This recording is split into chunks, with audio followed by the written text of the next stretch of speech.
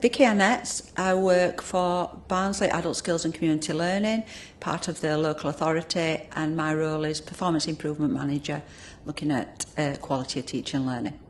Can we talk about the main challenges that you're seeing in FE and skills at the moment?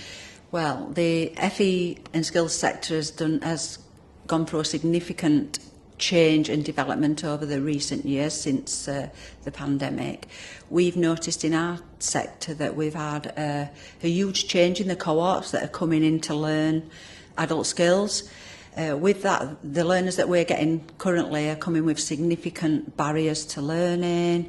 They're coming with dealing with multiple issues at home, etc. They've never got bad experience as education in their personal lives and have no aspiration to what they want to do in the future. How are you going about equipping educators to help those learners that have got those barriers and to be able to help the educators overcome those barriers for the learners? Our team of staff have gone through some significant training to adapt to the changing cohort of learners. So we've looked at things like neurodiverse training, vicarious trauma, as tutors are listening to lots of stories from learners which they've not previously been subjected to, working in adult skills. So we've implemented a series of training so that our tutors are equipped to support the learners with the barriers that they're coming into the service with so that they can then focus on the teaching and learning. We've had the recent green paper around looking at welfare reform. We've got like almost 1 million NEETs. We've got almost double the number of economically inactive. Barnsley's a really interesting area around this. How are you adapting to employability into skills and into jobs? Barnsley is a trailblazer area for the green paper. We've been part of the consultation, and as a service in adult skills we've had to adapt our whole provision and the content of our curriculum to adapt to the changing cohort. So if you think about those that are economically inactive, which is what the green paper is all about, they're not going to be ready to move directly into work from being on long-term benefits. So as a service we've had to employ a pastoral mentor to support the learners that are coming in so that they can upskill and feel confident in learning. Some of the learners have not been in education for such a long time, may have had previous poor experiences with education, may be frustrated that they can't go back to careers that they've previously done, so they might be on long-term sickness benefits due to musculoskeletal.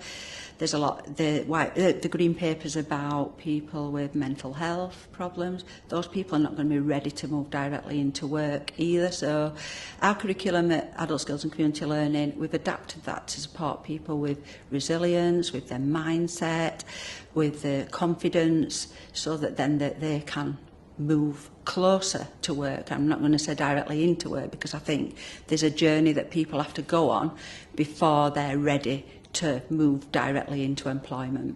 Can we talk about professionalisation in the sector, and particularly you're serving a community? How does professionalisation of educators in FE and skills encourage social, economic and economic activity? I think it's around training the staff that you've got so that they're equipped to understand the cohort of learners the changing cohort of learners.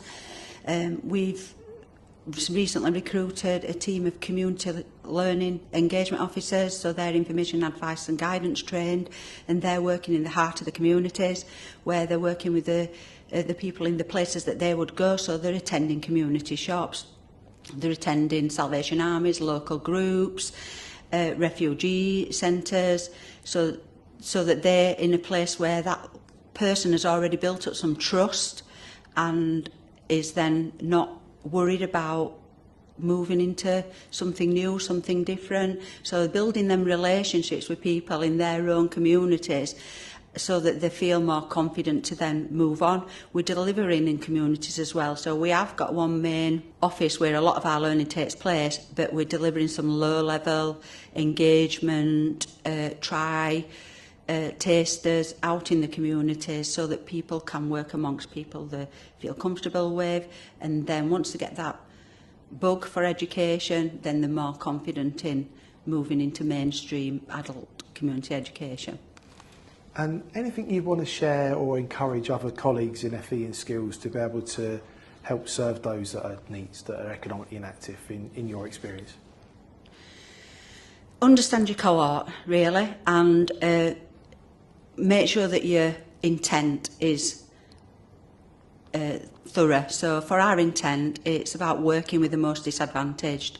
So we've made sure that we understand who that cohort are, where we'll find that cohort, what's likely to encourage them to participate in education, what's the barriers to participating in education, and then so making sure that your staff, your whole staff, understand what your service intent is and being true to your intent.